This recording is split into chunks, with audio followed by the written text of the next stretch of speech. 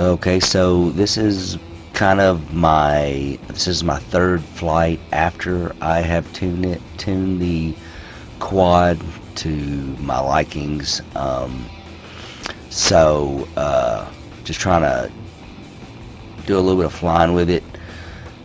Just to kind of talk a little bit about. First of all, I did end up getting my with notch filtering both notch filterings off and dynamic filtering on. I still was able to get the D up to 30 on both, and surprisingly these motors run really cool. They're the 2400 kV Racerstar 2306. They run pretty cool. I flew a few packs out of them, and they are significant cooler than my Emax motors. I don't know if that's a plus or not, but yeah, they're definitely run cool. I was worried about heat and everything with them being lower quality motors. But yeah, no, they're running really cool. Let's see.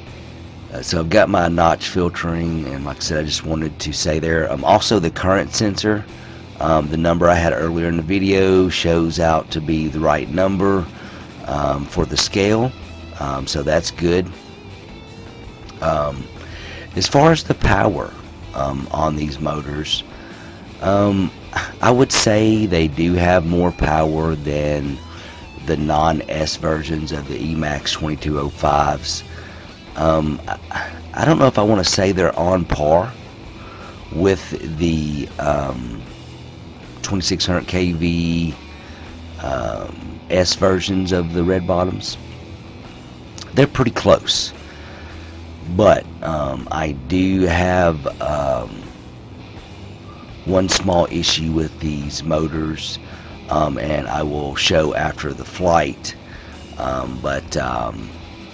As far as the power and the voltage, there's a few more things.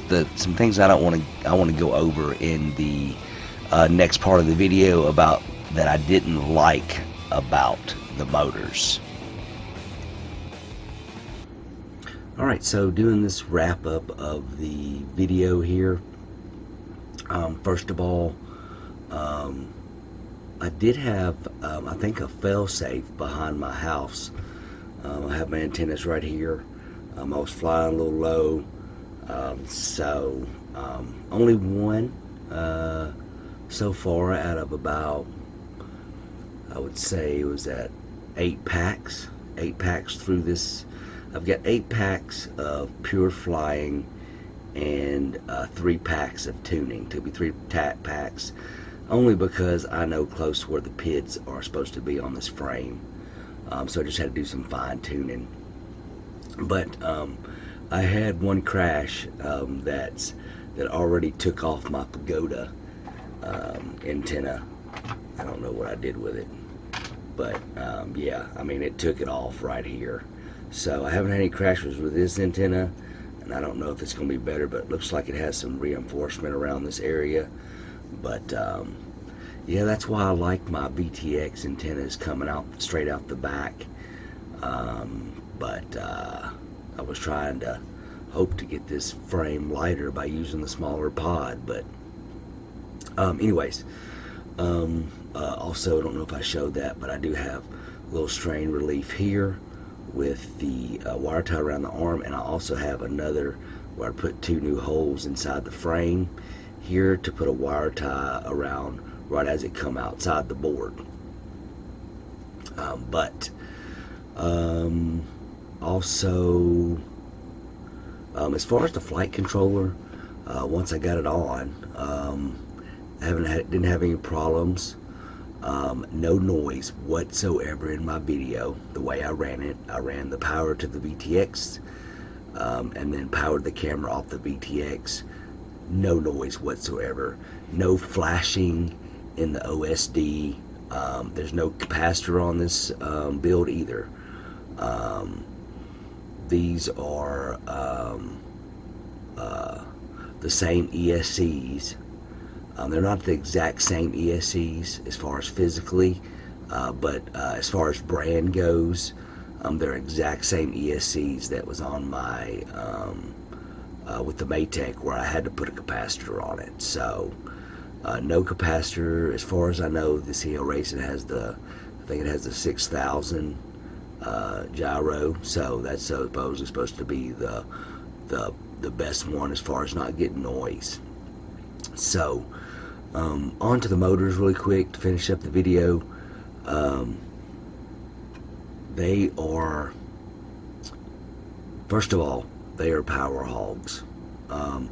Definitely not as efficient as the even the 2600 kV red bottoms. Not as efficient. They definitely, I mean, I'm seeing voltage sag at the start of the flight, where I don't see that right at the start of the flight on my on the 2600 kV red bottoms, which sounds kind of weird, because if I believe these are 2400 kV motors, but I think they really clock more closer to the 2300 kV. So they're not as efficient. I'm getting about, I don't know, 20 to 30 seconds less flight time on these, depending on how hard I fly, obviously. But you know, as far as power and that, I can kind of deal with that. The problem that I'm having is after the eight batteries plus 3 tuning, so I wasn't flying really hard to tune, is all these motors. This one's probably my best motor right here. Well, no, it's got all, I don't know, I don't think the camera is going to put it on, but I mean, there is definitely a significant amount of play in the motors now that were not there before I flew them. All that was really bad. So these are, all of these motors are, I don't know how long they're going to last, these bearings. This one is really rough.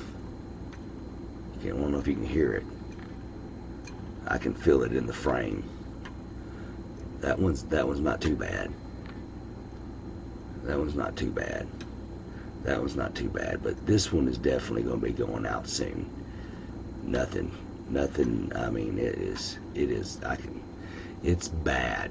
So, like I said, they're sending me 3 more motors.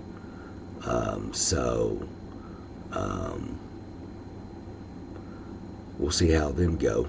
But yeah, it may be worth $5 more per motor to get some that have better bearings in them. The thing is I've got some of the standard non-S version 2600 kV motors, and they're still smooth. The bearings doesn't have any kind of wobble on it. I know them are like, you know, they're double the price, but what is it worth paying really small price for a motor that you have to worry about when you're flying? You know, you're in mid-air, mid of a trick, or over a vehicle, or I would love to dive a building, but say you're diving a building and a motor goes out, I mean, you're going to do some damage to something. So that would be a worry every flight. So is it worth it? I don't know. I don't with the power hungry and not too much better than the S versions, you know, of the red bottoms. I don't know if I would buy any more of them. So I don't know, but I just wanted to, about the power, being power hungry, and that's because they're not efficient, because the magnets are so far away from the stator. And the bearing issue, which that's been kind of noted on the bearing issue, but I mean, come on, 8 flights and already wobbly, that's not acceptable. So alright, well, thank you very much for watching. I know this was a little long video, and thank you for sticking through it. So appreciate all the people that view my channel, and I hope the content is somewhat helpful. Thank you for dealing with the lighting, and I hope you have a wonderful day.